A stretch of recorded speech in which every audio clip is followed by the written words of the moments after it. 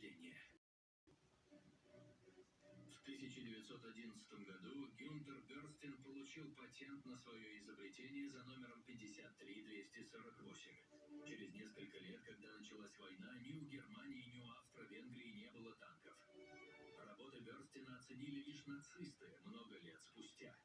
А на то время таким козырем обладали лишь союзники.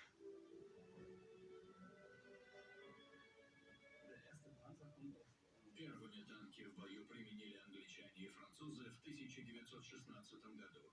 Задача, наступая, прорваться сквозь немецкие позиции.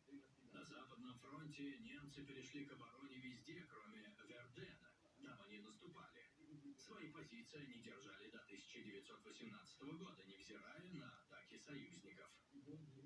Немецкая оборона начала выстраиваться в 1915 году. Неоднократно